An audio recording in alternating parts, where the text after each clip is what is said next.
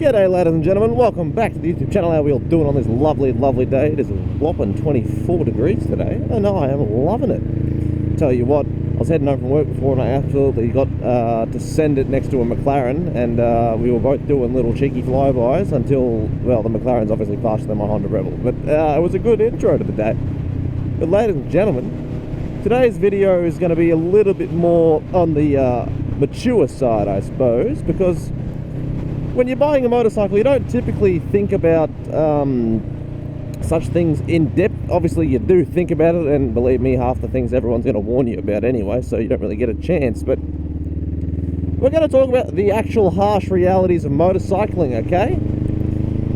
And now, I could enjoy and entertain the fact all the benefits and enjoyable things about riding, but I'm not going to do that today, because obviously you get to enjoy the freedoms and all that, and I've talked about them before. But what I want to talk about today mainly is all the potential things you've got to worry about when riding, because now look, despite us all knowing about them, sometimes we forget about them or we just choose to ignore them, but it's good to know what they are so you tend to be safer. Alright? So without further ado, let's get on with it. But one of the first things I want to say is I sort of saw it on a reel, and I want to repeat it here, is when you hop on a motorcycle, right, there's one thing you got to sort of come to terms with and be comfortable with, and that's that every time you hop on your bike, there is a slim chance that you won't be returning home. Now, I know that's a bit morbid to start it off with, but it's true, alright? Now, depending on how you ride, the chances go up or down. Now, if you're a real dipshit of a rider, the chances go up, but if you tend to be sensible, the chances go down. But look, the chances are always there. Now, when you're in a car, obviously there's always a risk of an accident, but when you're on a bike, those risks are higher just because people don't tend to see you, even though I think that's the most ridiculous excuse out there, because how are you not noticing vehicles on the road? But hey, anyway, inattentive blindness exists. But what I'm saying is, there is a chance that you might get into an accident that renders you, well, in the eternal sleepy. Obviously, it can be a bit better. You might have an injury and just fall off your bike and scratch a limb or something, or you might paralyze yourself, might break something horribly. The outcomes of falling off a motorbike don't tend to be sunshine and rainbows, that's for sure, because, come on, man, have you imagined falling off a bike at speed? Now, I know Rossi, I think, came off at like almost 300 Ks and he broke his leg, but that's, in a perfect environment. Most people, it's probably not going to go down that way, especially if you end up hitting one of those, what do they call, like the railings over there on the side of the roads, man. You got to go through one of those? No, those things will rip you to shreds. So do be careful when you're riding around, because that is always one of the risks associated with it, man. And then the last thing you want to do is have to either tell a friend's parents, tell a friend's partner, or someone telling your own parents that something bad happened. Now look, in most cases that's not going to happen, alright? We'll get a little bit of positivity in here. But do be aware that such things can happen, so please be extra careful when riding around on your bike. Now, I did say today's topic was going to be a little bit different, eh? Oh boy. Alright, another thing about riding the bikes is obviously people don't tend to see you, man. Now, guys, it sort of links into the previous topic, but be careful. Because not only do other cars not see you, sometimes other bikers don't see you. And I'm talking about if you're a lane filterer, there's a high chance you might change lanes when filtering, which I know you've seen me do in videos, but you'll notice I tend to check, or at least I'm aware about what's around me, because if you try and change lanes when filtering and then there's another biker there and he hits you, guess what? That's going to be a bad day. Well, let's cut through this shopping centre like I normally do. Because, man, sometimes people just don't see you. And it's annoying. Like, I think only once have I ever had a moment where I had not seen a biker, and that's not my fault. It's because I was changing lanes, looked, and there was no one there, and he came probably about double the speed limit. So, if we had an accident, it would not have been my fault, but you got to be careful about these things, because these things do happen, and you got to really sort of be careful. Why is there a stop sign here? I've never understood this. Look at me following the law like a good citizen. Can't believe I used to work down this place, and now it's gone. God knows what. But yeah, it's another thing you got to be like when you're going through a red light like this, not going through it, but like coming up to a red light. If your lane's empty, someone might whip out without indicating, and look, that's annoying in a car, but you have four wheels on the ground and four brakes that are quite strong. You ain't gonna fall over. And the chance of you having a stack in a car is zero, because you ain't gonna lay her down, you know what I mean? But when you're on a bike, if someone pulls out in front of you like that, it can be catastrophic in not a good way. Now, I've had it happen to me a few times. You do get used to it. Hello there, look at that little sexy thing. That's a nice colour.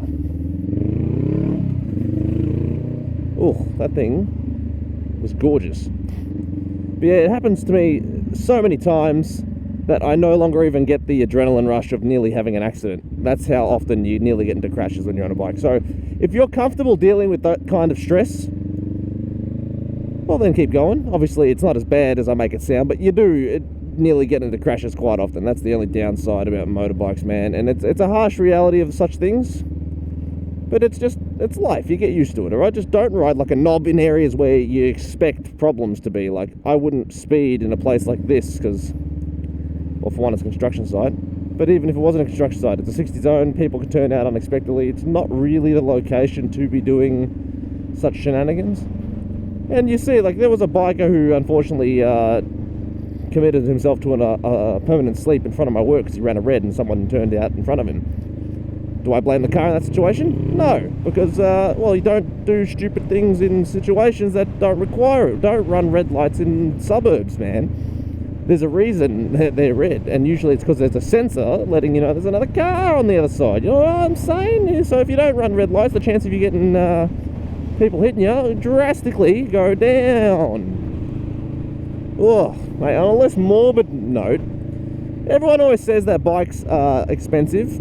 Now, I personally both agree and disagree with that sentiment, because my bike is substantially cheaper than my car, okay? It's only about $15 to $20 to fill up the tank of this thing, Australian, of course, not American. So, it really doesn't take much to fill up the car, okay? The bike. And, well, by that logic, everyone goes, well, then why is the bike more expensive? Well, bikes require more maintenance than cars do. That's the only thing. So, you'll be servicing your bike more often than you should be servicing a car. You'll be doing the chain lubrication. You'll be doing all kinds of stuff along those lines.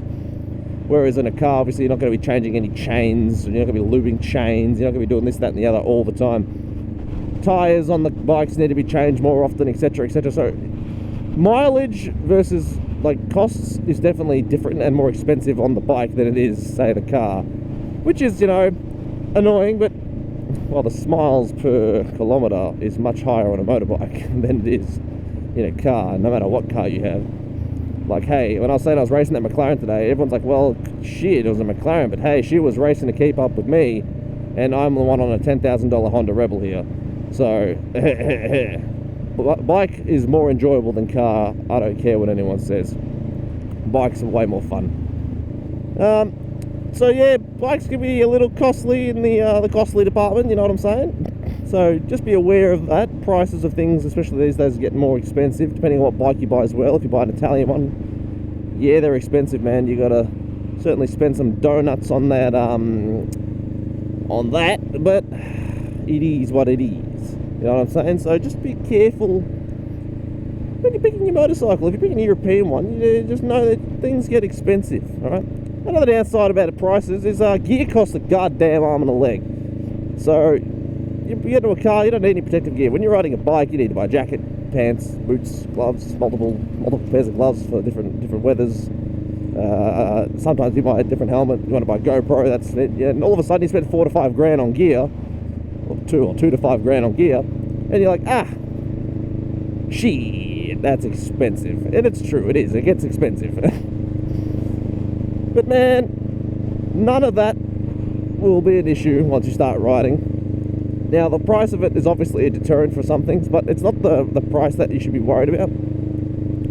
Just the fact that you've got a chance to ride a bike is a great thing. So once you start riding, you quickly stop caring that things cost money. But for good reason. Why would you care? You want to just enjoy yourself. So when you start riding, obviously the pain of the cost goes away.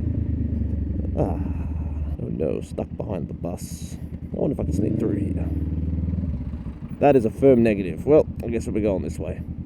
And I suppose my last major point about riding a motorbike, which is one that annoys me to this day because it happens all the time, And that's when you're on a motorcycle, get ready to accept every form of responsibility when it comes to an accident. Doesn't matter how right you are wrong. Cops see you, you're at fault.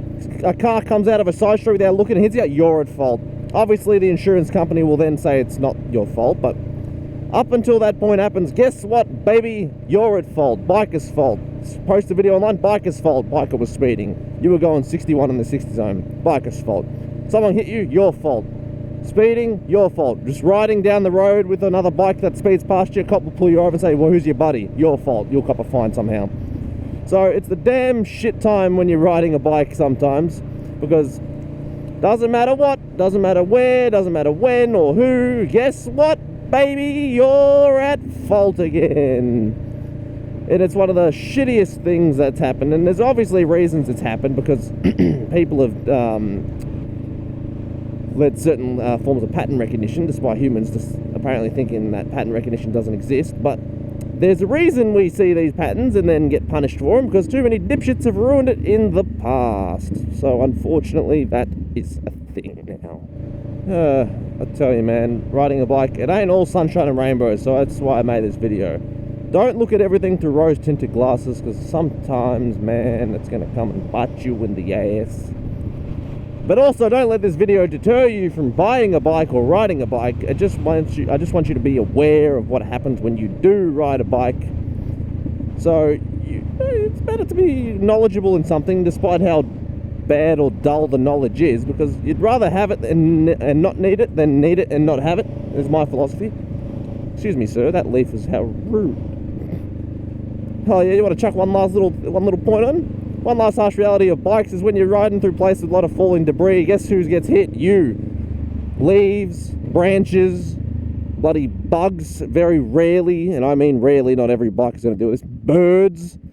Guess what? You don't hit a windshield, unless you have one, which is really uncommon, but yeah, it's going to hit you and you're going to hate it. Especially if you're wearing a t-shirt in the rain, that shit stings. But that's it for that topic. But ladies and gentlemen, that's pretty much what I wanted to get off my chest, let you all know what's good and Gucci. So please take it into account. Still buy a bike, just be safe when doing it and be aware, because you'd rather know than not. Anyway, take it easy, keep it cheesy, leave a comment down below. You know I love to reply to them all. And as always, have a nice day. Peace, bye!